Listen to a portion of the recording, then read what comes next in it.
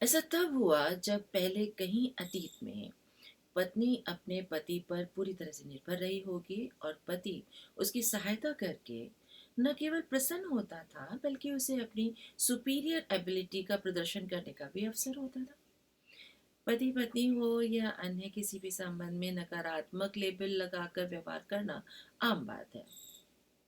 और university Maryland के मनोवैज्ञानिक नॉर्मन एपिस्टीन और उनके साथियों ने ये शोध भी किया जिसमें आया कि जब पार्टनर एक दूसरे से संतप्त होते हैं तब गलत फहमियों के दौरान एक दूसरे पर बहुत ज़्यादा आरोप मढ़ते हैं और उन पति पत्नियों की अपेक्षा में तो बहुत ज़्यादा मढ़ते हैं जो एक दूसरे से संतुष्ट है।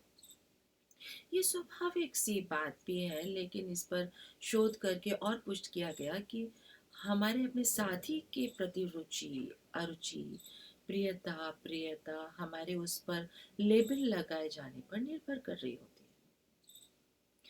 तो प्रश्न ये उठता है कि ये दृष्टिकोण बनता कैसे है और कब बन जाता है? हम से कोई है? कोई जो गलत या नकारात्मक या बुरा दृष्टिकोण बनाना चाहता हो? बनाना चाहते हैं क्या हम? नहीं ना, कोई नहीं है। तो फिर होता क्या है? क्या होता है दृष्टिकोण? इसको समझने से होगा क्या? इसको समझने से हम अपने संस्कारों को, क्लेशों को दगबीज करने में सहायता कर पाएंगे।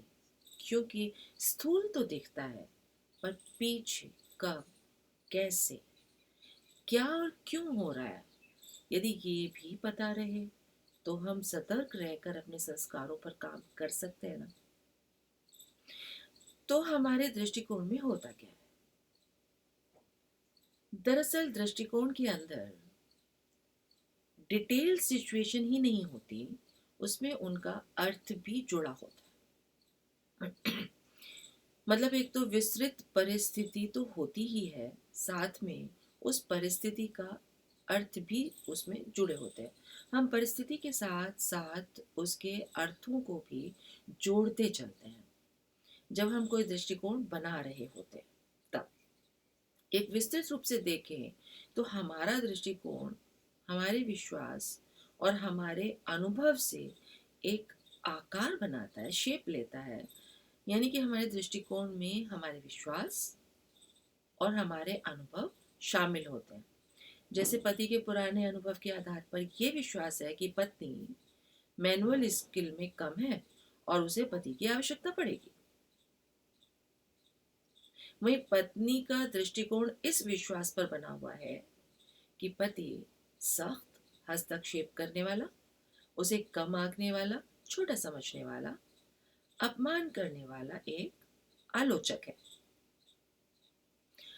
इसके विपरीत जब वो अपने पति से आकर्षित हुई थी, जब पहली बार वो अपने पति से आकर्षित हुई थी, तब उसके इसी सुपर कॉन्फिडेंस और रक्षा करने की प्रवृत्ति के कारण हुई थी। इसी भावना ने उसे बहुत सुरक्षित महसूस करवाया था और बस कहीं न कहीं स्वयं के असक्षम होने का एहसास उसे जिद्दी बनाता और दृढ़ बनाता और अड़े रहने के लिए मजबूर करता रहा। उसके लिए एक दुखदाई फोड़े की तरह बन जाता है। हालांकि दोनों का इरादा नेक होते हुए भी दृष्टिकोण एक झगड़े का कारण बन जाता है। हम दो तरह के दृष्टिकोण रखते हैं, खुला और बंद। खुले वो जिसमें स्थिति, परिस्थिति, घटना के बदलने के साथ साथ दृष्टिकोण में अच्छा बुरा सब गुण जुड़ते रहते हैं और ये गुण बदलते रहते हैं। ये गुण बदलते हैं हमारे पार्टनर के मोटिव के आधार पर। दृष्टिकोण तय होता है पार्टनर के मोटिव के आधार पर, वो कोई फिक्स नहीं होता। तस्वीर टांगने के उदाहरण में पुराने अनुभव के आधार पर पत्नी ने बंद दृष्टिकोण बनाया हुआ है कि पति उसे एक निर्भर गुड़िया की तरह समझता है और उसे विकसित होने का अवसर ही नहीं देता। यदि यही खुला दृष्टिकोण होता तो वो समझती कि उस समय वो सहायता करने के उद्देश्य से केवल बात कह रहा है, न कि उसे नीचा दिखाने के दृष्टिकोण से। दूसरी तरफ पति ध्यान रखने वाला और सहायता रखने वाला है, ऐसा स्वयं को मानता है और यही मानकर कह भी रहा है, पर ये उसका अपना विचार है, ना कि पत्नी का विचार कि पत्नी के लिए क्या अच्छा है। दोनों ही बंद दृष्टिकोण रखते हैं। इसे एक अगला कदम है एक दूसरे को लेबल देना। इसके बाद हम लेबल दे देते हैं, बुरा, बुरा पति, बुरी पत्नी, हर बार में हस्तक्षेप करने वाला पति, और पत्नी बुरी है, कितना भी करो इसके लिए, कितनी भी सहायता करने की सोचो, इसके लिए कुछ भी करो, कृतज्ञ रहने वाले, अनग्रेटफुल। जब दोनों साथी सेल्फ सेंटर्ड, स्वकेंद्रित, बंद दृष्टिकोण वाले हों तो टकराव का रुकना कठिन है। वहीं अहंकारी दृष्टिकोण से तो वैवाहिक संघर्ष और अधिक पलते और बढ़ते हैं, और रक्षात्मक प्रतिक्रिया में बंद दृष्टिकोण की तरफ बढ़ते जाते हैं। और बंद दृष्टिकोण का परिणाम मैरिटल कॉन्फ्लिक्ट्स, और तब एक दूसरे में सब बुराई ही बुराई दिखाई पड़ती है और तेजी से खतरनाक निर्णय में कूद पड़ते हैं, और दोष चला जाता है निगेटिव गुणों को। वास्तव में वास्तविक क्लेश, संघर्ष की अपेक्षा, ये बैर, ये शत्रुता, झगड़े का परिणाम अपने आप में एक समस्या है। जब व्यक्ति खुला दृष्टिकोण रखता है ना, तब वो दूसरे व्यक्ति की आंख से देखने के काबिल होता है, तब अधिक फ्लेक्सिबल ढंग से संबंध बना पाता है। लेकिन बंद दृष्टिकोण होते ही फिर सामने वाला व्यक्ति कुछ भी क्यों ना कर ले, कुछ भी, उसके प्रति नजरिया बंद हो ही चुका होता है। जैसे ललिता ने अपने पति को घर पर न रुकने के कारण बेपरवाह होने का लेबल दे दिया, असंवेदनशील बताया, उसे सपोर्टिव हस्बैंड, केयरिंग पिता होने में असक्षम मान लिया। वो ललिता के मस्तिष्क में एक स्वार्थी और गैर जिम्मेदार फ्रेम हो गया। एक बार के लिए नहीं, बल्कि हमेशा के लिए। उसके बाद ललिता इसी रोशनी में उसे देखती है।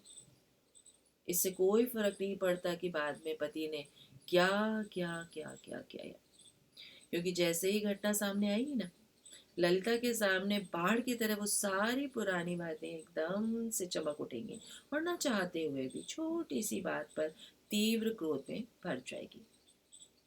यहाँ घटनाओं को रीफ्रेम करने की जरूरत होती है। कभी भी इस तरह की समस्या का सामना करने वाले खुद को और अपने साथी दोनों को ही दुख पहुंचाते रहते हैं, खुद भी दुखी रहते हैं। तब उनके जीवन की घटनाओं को रीफ्रेम करके उनके संस्कार से पीछा छुड़ाया जा सकता है। लंबी प्रक्रिया है, पर इतनी भी नहीं कि आजीवन दुख को ही झेला जाता रहे। कई बार दो लोगों के बीच के बिगाड़ उन दोनों के दृष्टिकोण के आधार पर या फ्रेमिंग के आधार पर समझा नहीं जा सकता। ये ज़रूरी है कि इस तरह की अवस्था को कुछ स्थायी गुणों के आधार पर हम देखें, जैसे हम व्यक्तित्व गुण कह सकते हैं। अनेक बार हमारा व्यक्तित्व के गुण ये निर्देशित करते हैं कि हम घटना को कैसे देखते हैं। देख, एक रोमांचकारी उत्साही व्यक्ति जीवन को गुलाबी चश्मे से देखता है, तो वहीं एक निराशावादी काले चश्मे से देखता है।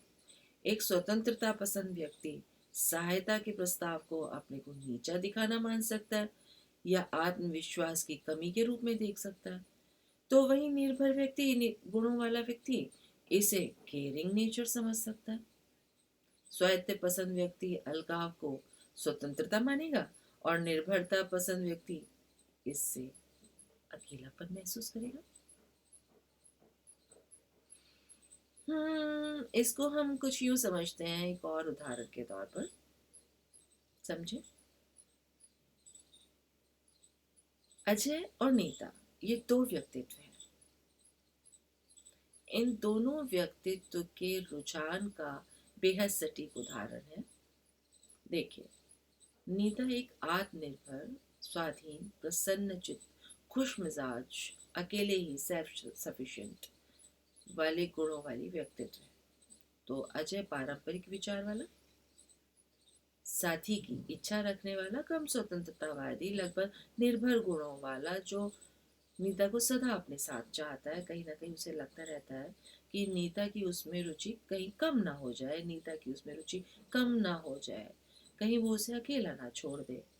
इस समय वो ये नहीं महसूस कर पाता कि नीता के व्यक्तित्व के गुणों के कारण उन दोनों में संघर्ष है। इनफैक्ट उसकी पहचान एक गतिविधि से दूसरी गतिविधि में को करने में है। वो अंकुश, अवरोधों, कठोरता, सख्ती से आज़ाद होना चाहती है, नियंत्रण से आज़ाद होना चाहती है। अजय अपने साथी पर निर्भर होने को ही जीवन का महान मूल्य समझता है, जो कि हमेशा खुद को अकेला महसूस करता रहता है। और नीता नीता किसी खूंटे पर जैसे लटकना पसंद नहीं करती। वो अपनी आत्मनिर्भरता, अपनी चंचलता, अपनी स्वायत्त स्वतंत्रता इच्छा के अनुसार नियम बनाती। उसे कार्यक्षमता, योग्य, प्रभावशाली, कुशल, गुणकारी, सुगुण, निपुण, समय पाबंद, ये सारे गुण सदा तैयार रहने जैसा बनने से कोई मतलब नहीं है। तो होता क्या है, एक दिन अब हमने ये दो व्यक्तित्व देख लिए। एक दिन जब कि अजय और नीता ने तय किया हुआ है कि इस समय पर हमें घर पर होना चाहिए या पहुंच जाना चाहिए, ऐसा एक नियम बनाने के बावजूद नीता घर पर नहीं पहुंचती है और अजय उसकी प्रतीक्षा कर रहा है। और नीता अजय को काफ़ी देर तक प्रतीक्षा करवा देती है, आधे घंटे देर से या थोड़ा और अधिक मान लीजिए, देर से पहुंचती है। और इस बीच अजय की चिंता का कारण, चिंता की वजह से जान जा रही, परेशान हो ना, ऐसे तो माँ बाप भी बच्चे की चिंता बहुत करते हैं। बच्चे थोड़ा देर से आए, नियत समय पर ना आए तो माएँ परेशान हो जाती हैं, पिता परेशान हो जाते हैं, इधर उधर दौड़ते हैं, अड़ोसी पड़ोसी को पता करते हैं, बस का पता करते हैं।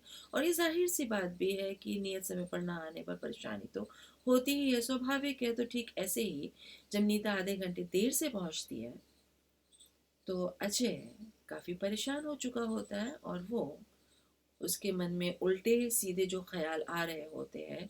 ऐसे समय में हम सब समझते हैं कि सीधे ख्याल तो कम ही आते हैं, उल्टे ही ज़्यादा आते हैं, कि कहीं कोई एक्सीडेंट तो नहीं हो गया है। अब नीता जब घर पहुंचती है तो अजय को देखकर बहुत खुश होती है और वो घर पहुंचकर ये ख्याल ही नहीं रहता कि वो लेट आएगी, वो अजय को देखकर प्रसन्न है। लेकिन अजय अजय क्या करेगा? हुँ? अब ऐसे में अजय क्या करेगा? उसे इंतज़ार करवाने में, क्योंकि नीता ने अजय को इंतज़ार करवाया, अब उसका व्यक्तित्व ही ऐसा है कि वो नीता को खुद से अलग नहीं देख सकता, क्रोधित हो जाता है। और ये गुस्सा वो उसके इंतजार करने के कारण आया है या उसके अंदर छिपे हुए डर के कारण आया है, इसको समझना बहुत जरूरी है। अगर ये नहीं समझा तो नीता एक गलत निर्णय पर पहुंच जाएगी और ऐसा ही हो जाता है। हम ऊपर के व्यवहार से पीछे की छुपी हुई भावना को नहीं समझ पाते। अब अजय उस पर गुस्सा कर रहा है उस छुपे हुए डर के कारण, जिसमें उसने अपने पूरे जीवन का डर देखा। पूरे जीवन का डर उसमें छुपा हुआ है कि अगर नीता को कुछ हो गया तो वो उसके बिना नहीं रह सकता, वो अकेला नहीं रह सकता। बजाय कि नीता को देखकर अजय को तसल्ली मिले, अजय खुश हो जाए, प्रसन्न हो और एक राहत की सांस ले, अजय उस पर चिल्ला पड़ता है, उसे डांटता है, उस पर गुस्सा करता है। राहत तो मिलती है लेकिन साथ ही एक तीव्र प्रतिक्रिया होती है, क्योंकि चिंता इतनी हावी हो चुकी है कि उसके कारण वो नीता पर क्रोधित हो उठता है। अब अजय इसे इस तरह से परिभाषित कर सकता है कि समय पर होने के नियम को नीता ने तोड़ा है, क्योंकि वो ये भी नहीं समझ रहा है कि वो अकेलेपन के डर से डरा हुआ है और इसलिए उसकी इस भावना ने क्रोध का रूप लिया है। और इसे स्वीकार करना भी हर किसी के वश की बात नहीं है। वो यहाँ तक पहुँचना और फिर उसे स्वीकार करना।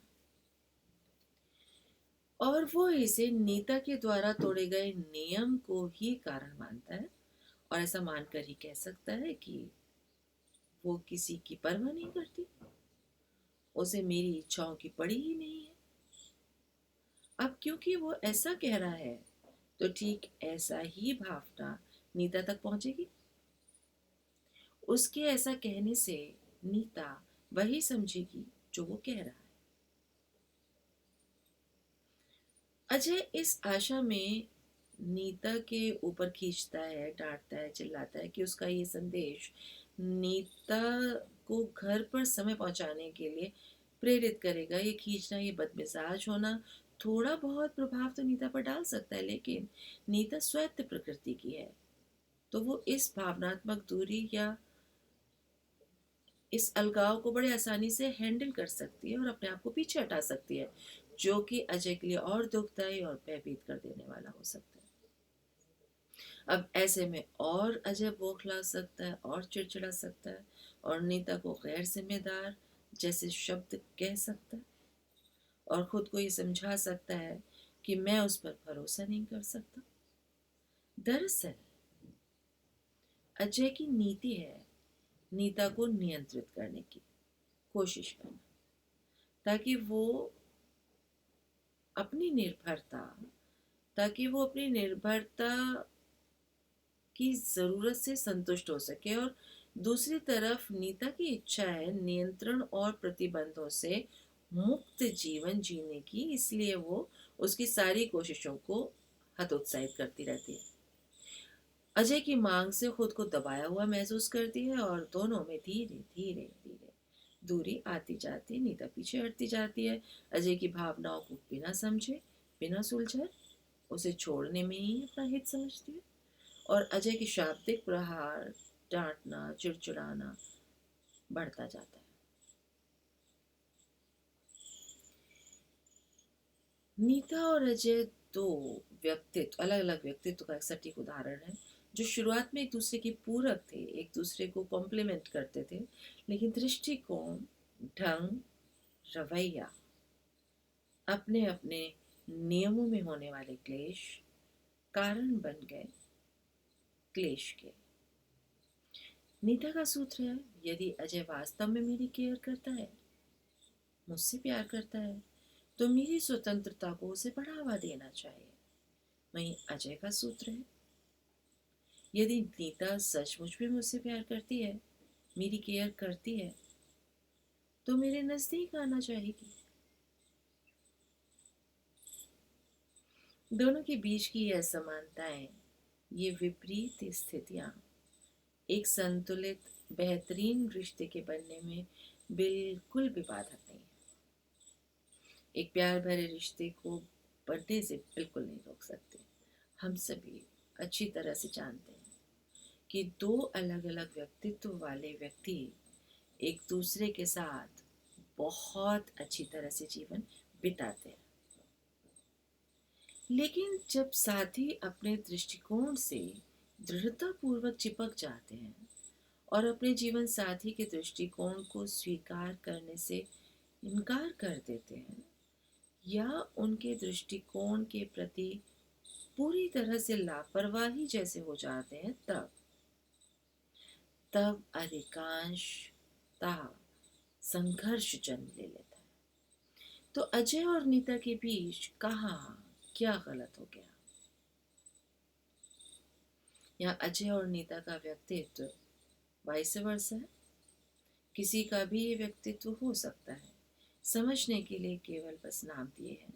जो व्यक्तित्व नीता का है वो किसी परिवार के अजय का भी हो सकता है, और जो व्यक्तित्व अजय का है वो किसी परिवार की नीता यानी पत्नी का भी हो सकता है। हम बस समझ रहे हैं कि दो व्यक्तित्व के कारण जब मतभेद होता है तो क्या गलत हो जाता है और क्या कर सकते हैं। जैसे कि हमने शुरुआत में समझा था कि एक इंटेलेक्चुअल, या यूं कहिए कि ओवर इंटेलेक्चुअल और नियंत्रण पसंद परिवार में पला बड़ा अजय नीता के हल्के फुल्के मजाक, उसके आराम पसंद उसकी उड़ने वाली सोच से आकर्षित हुआ था। वहीं नीता अजय के ज्ञान की गहराई, लोगों की समस्या के समाधान करने के तरीकों, उसकी हाजिर जवाबी से आकर्षित थी। ये सब के साथ साथ अजय की विश्वसनीयता और अजय की जवाबदेही के प्रति पूरी तरह से आश्वस्त भी थी। अगर ये कपिल अपने बीच की गलतफहमियों को दूर करना चाहते हैं तो दोनों को अपने बीच नजदीक लाने की केवल एक वास्तविक लक्ष्य होना चाहिए। एक महत्वपूर्ण वास्तविक लक्षण है महत्वपूर्ण होना, एक दूसरे के अनुरूप सम स्वर सामंजस्यपूर्ण होना ही आकर्षक जीवन साथी का लक्षण है। परंतु परंतु जब तक जब तक जीवन साथी के व्यक्तित्व के गुण आपस में आसानी से घुलते मिलते नहीं, तब तक यह आकर्षण लक्षण पर्याप्त मजबूत नहीं होगा। यहाँ एक पहेली का उत्तर छुपा हुआ है। पहेली, हाँ, पहेली क्या, वो ये कि जो दो लोग एक दूसरे के प्रति कुछ भी करने को तैयार रहते हैं, ऐसे ही सोचते हैं ना हम लोग कि एक समय था जब ये दो लोग एक दूसरे के लिए कुछ भी करने को तैयार रहते थे, एक दूसरे के प्रति इतने ही आकर्षित दिखाई पड़ते हैं, वो अपने रिश्ते को टिकाए रखने में असफल कैसे हो जाते हैं, क्यों हो जाते हैं? दरअसल पहली बात तो ये कि दोनों की ही अपने जीवन के प्रति सोच और अपने जीवन से अपेक्षाओं को लेकर एक आकार बना होता है, और दूसरी बात ये कि उनका दूसरे के जीवन के प्रति सोच और दूसरे के जीवन से जो अपेक्षा है उस पर प्रतिक्रिया करने का तरीका कैसा है। शुरुआती संतुष्टि आनंद के क्षण को कम कर देता है, और ये होता है झटका लगना। यहाँ से टूटने की भी शुरुआत हो सकती है और संभलने की भी। जब ये पता चलता है कि दूसरा व्यक्ति मेरे जीवन की सोच को ठीक नहीं मान रहा है, तब तब लगता है कि जैसे ऊंचाई से गिर गए। दोनों के व्यक्तिगत व्यक्तित्व अपनी अपनी ऊंचाई पर होते हैं, मुख्यतः लिए होते हैं, विशिष्टता लिए होते हैं, प्रधान होते हैं, और अंततः एक दूसरे के दृष्टिकोण नेगेटिव एक्सप्लेनेशन से ठग जाते, और फिर जीवन साथी के कार्यों का अंजाम परिणाम बनते हैं। अजय और नीता जब मनोवैज्ञानिक के पास या किसी सलाहकार के पास जाते हैं तो उनके पास एक दूसरे की गलतियों का अंबार होता है, ना कि प्रशंसनीय गुण। वो एक दूसरे की तारीफ नहीं कर पाते। अजय के पास विशाल शानदार वर्णन तब भी होता है करने के लिए, लेकिन अब वो उन्हें सुनने में कोई आनंद नहीं ले पाती। निदा अब भी जिंदा दिल जोशपूर्ण पहले की तरह प्रफुल्लित रहने वाली है, पर अब अजय के लिए खास नहीं रही। दोनों एक दूसरे को वाइस नेगेटिव फ्रेम से ही देख रहे हैं। नीता उपेक्षित और अकेली दिखाई पड़ती है, और अजय डरावना और बोझिल। तो इस फ्रेम से बाहर निकालने के लिए बहुत सारे उपाय हैं, जिसमें से कुछ आपके साथ अभी साझा करती हूँ। अजय और नीता की तरह मुश्किल समय में पहुंच जाने वाले कपल्स कुछ कदम यूं आगे बढ़ा सकते हैं। सबसे पहले जीवन साथी ये महसूस करे कि जो कुछ भी रिश्ते में घिसावट टकराहट आ रही है वो दृष्टिकोण भेद के कारण आ रही है या नहीं।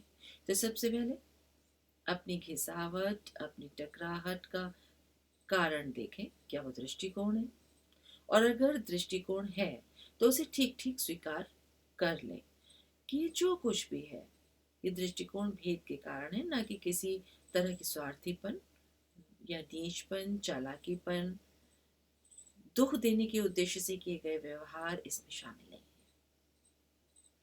फिर कुछ निश्चय गुण सभी में समान नहीं हो सकते। माँ पुत्र, पिता पुत्र, भाई भाई के दृष्टिकोण भी कहाँ समान होते हैं? तो समान न होने से वो गलत तो नहीं हो जाते, और वो गलत और वो मैं सही ऐसा भी नहीं हो जाता। तो वो गलत नहीं है, मैं बस अलग। जीवन साथी के संस्कार गुण अलग है मेरे संस्कार गुणों से। इस चीज का एहसास करने की जरूरत है। दृष्टिकोण अलग होते हैं, बस न सही न गलत होते हैं। इस बात को ध्यान रखा जाए, और साथ ही ये भी कि ये मत, ये दृष्टिकोण, ये सब विचार है, ये व्यक्ति नहीं है। एक दूसरे के प्रति बने नकारात्मक वर्णन को फिर से फ्रेम करना है। नकारात्मक जितने भी लक्षण सामने आए उन्हें लिखना है, उन पर विचार करना है, उनके स्थान पर सकारात्मक लक्षण लिखना है, और स्वयं को भी समझाएं। एक दूसरे के साथ बैठकर दृष्टिकोण सुनने का धैर्य रखें। दयापूर्ण वास्तविक आधार पर अपने जीवन साथी को गौरवपूर्ण महसूस कराएं। दूसरे के दृष्टिकोण पर कटाक्ष न करें, व्यंग न करें। प्रेम पूर्वक उनके दृष्टिकोण पर सहमत होते हुए अपने पक्ष को रखें। समय के साथ साथ धीरे धीरे दो व्यक्तित्व बदलते भी है, या कहिए चरित्र चित्रण बदलता भी है। आशा रखिए, विश्वास रखिए, बस सही ढंग से स्वयं को प्रस्तुत कीजिए और दया दिखाइए दूसरों के गुणों पर भी, और यहीं से बनेंगे हमारे संबंध प्यारे मीठे, ईश्वर के साथ भी। ओम नमस्ते जी।